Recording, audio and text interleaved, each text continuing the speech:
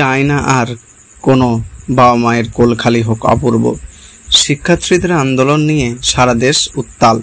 ছাত্রছাত্রীদের গায়ে হাত তোলার প্রতিবাদে সরব হয়েছিল শোবিজ অঙ্গন থেকে মিডিয়া পাড়ার অনেক তারকারাই। একে একে নিজেদের মতামত দিয়ে সামাজিক মাধ্যমে টাইমলাইন ভরে তুলেছে তারা। দেখা গেল জিয়ারুল ফারুক অপূর্ব তার টাইমলাইনে বর্তমান পরিস্থিতি নিয়ে কথা বলেছেন।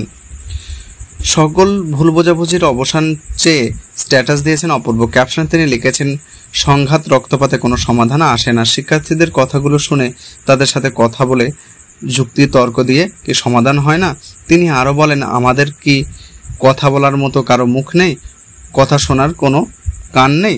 সাধারণত শিক্ষার্থীদের উপর আঘাত করা হচ্ছে, আমাদেরই কারো না কারো সন্তান, ভাই বোন, সহপাঠী। অনুরোধ জানিয়ে অভিনেতা বলেন যে, আমার করজোড়ে অনুরোধ, দয়া করে সকল প্রতিনিধি আলোচনায় বসুন। সকল ভুল বোঝাবুঝির অবসান ঘটুক অতি দ্রুতই। রক্ত দেখতে চায় না, আর কারো প্রাণও যাক চায় না। চায় না আর কোনো বাবা মায়ের কোল খালি হোক। সংঘাত চায় না, সমাধান উপহার দিন। উল্লেখ্য, বুধবার কোটা সংরক্ষণের আন্দোলনে নিহত 6 জনের গারওয়ানা জানগা হয়েছেন ঢাকা বিশ্ববিদ্যালয়ের। এ সময় কফিন ছুঁড়ে আন্দোলন চালিয়ে নিয়ে যাওয়ার শপথ করেন আন্দোলনকারীরা।